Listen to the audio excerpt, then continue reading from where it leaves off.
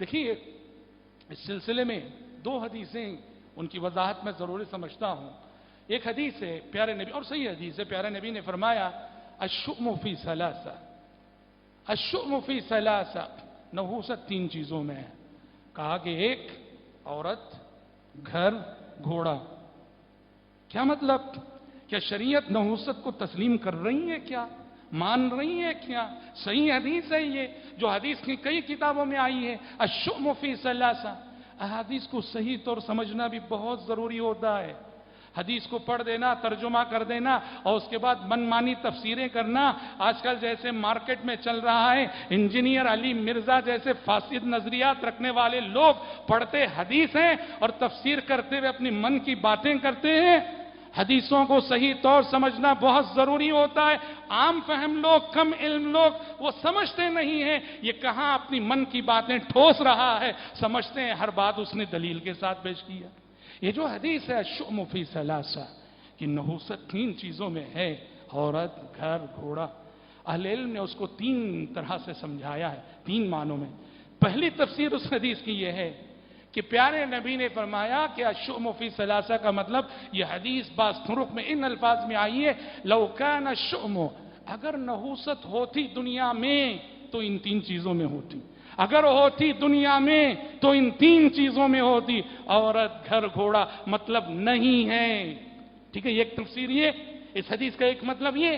دوسرا مطلب، پیارے نبی نے جو کہا کہ عورت کے اندر نحوست ہے، گھوڑے میں نحوست ہے، گھر میں نحوست ہے، اس سے مراد نحوست کا وہ تصور اور وہ معنی نہیں جو زمانے جاہلیت کے لوگ سمجھا کرتے تھے کہ عورت اگر بیوی اگر منحوس ہے تو پھر گھر میں خوشیاں نہیں رہیں گی، اور اگر بھلے سے وہ کتنی نیک کیوں نہ ہو. گھر اگر منحوس ہے اس گھر میں چین کی زندگی نہیں ملے گی. گھوڑا اگر منحوس ہے تو پھر وہ گھوڑا، اس گھوڑے پہ نہیں، وہ عقیدہ نہیں. بلکہ مفسرین شارحین حدیث نے کہا پیارے نبی نے جب یہ فرمایا کہ نحوست تین چیزوں میں ہوتی ہے تو اس سے آپ صلی اللہ علیہ وسلم کی مراد یہ ہے عورت کی نحوست اس کا لا ولد ہونا اور بد زبان ہونا.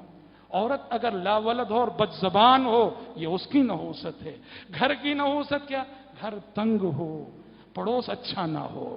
گھر خود تنگ ہے ہمارے لیے، ہماری ضروریات کے لیے ناکافی ہے، آنے والے مہمان کے لیے میرے گھر میں جگہ نہیں ہے، اور اس پر دکھ پر دنبل پڑوس بھی اچھا نہیں ہے، ہر شام جھگڑے، ہر صبح جھگڑے. کہا کہ اس معنی میں نحوست. گھوڑا جو ہے مطیع و فرما بردار نہیں، بڑا سرکش مزاج ہے، بڑی سرکشی کرتا ہے. تو ان میں جو نقصان کا پہلو ہے اس پہلو کو شریعت نحوست سے تعبیر کر رہی ہے. وہ نحوست نہیں کہ ان کی وجہ سے کسی اور کا برا ہوگا، ان کی وجہ سے کسی اور کو نقصان پہنچے گا. امام بخاری رحمہ اللہ نے اس حدیث کا ایک دوسرا مفہوم بتایا.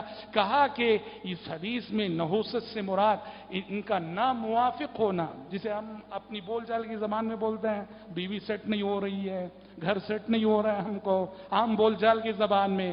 تو کہا کہ امام بخاری فرماتے ہیں کہ عورت کے منحوس ہونے کا مطلب یہ ہے اس کے ساتھ آپ کی نہ نبھ سکے، اس کے ساتھ آپ کی جو ہے زندگی ناموافق ہو جائے.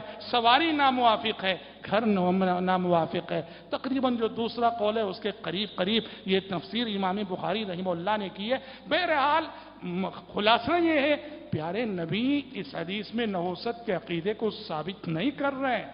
نحوست کے عقیدے کی آپ صلی اللہ علیہ وسلم نے ہر جگہ تردید فرمائی ہے. یہاں نحوست کے معنی وہ نقصان ہے جو نقصان کے ان چیزوں سے انسان کو پہنچتا ہے اور کسی اور کو نہیں. بیوی بد زبان ہے، اس کی بد زبانی سے شوہر کو تکلیف ہو رہی ہے، لا ولد ہے، گھر تنگ ہے، آنے والے مہمان کے لیے جگہ نہیں ہے، اور پڑوسی جو ہے بد زبان ہے. یہ سب پہلو مراد ہیں، نہ کہ نحوست کا وہ تصور جو زمانے جاہلیت میں پایا جاتا تھا. ایک حدیث آتی ہے ابو داؤد کی، حضرت انس راوی ہیں. اس حدیث کو بھی دیکھیے. ایک صحابی آئے پیارے نبی کی خدمت میں، آ کے کہا کہ اللہ کے نبی ہم پہلے ایک گھر میں تھے. صحیح حدیث ہے، پہلے ایک گھر میں تھے. اس گھر میں ہمارے فیملی ممبرز بھی زیادہ تھے، اور اولاد میں برکت تھی، مال میں برکت تھی. اس گھر سے ہم دوسرے گھر میں ہم نے جو ہے بدلا، دوسرے گھر میں شفٹ ہوئے. دوسرے گھر میں کیا گئے، اولاد بھی گھٹ گئی، مال بھی گھٹ گیا. کیا کروں اللہ کے نبی؟ پیارے نبی نے کہا ضرورہ زمینہ، آپ نے کہا چھوڑ دو یہ گھر، چھوڑ دو یہ گھر.